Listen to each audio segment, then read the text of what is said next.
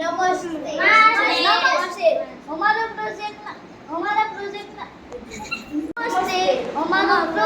સમજ આપે છે. વિદ્યુતના અવાહક અને સુવાહકની સમજ આપે છે.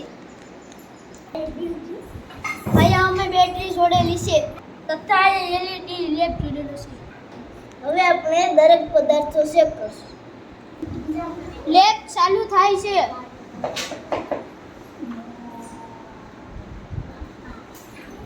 અને લેમ્પ ચાલુ નથી થતો એટલું તે વિદ્યુતનો અવાહક છે.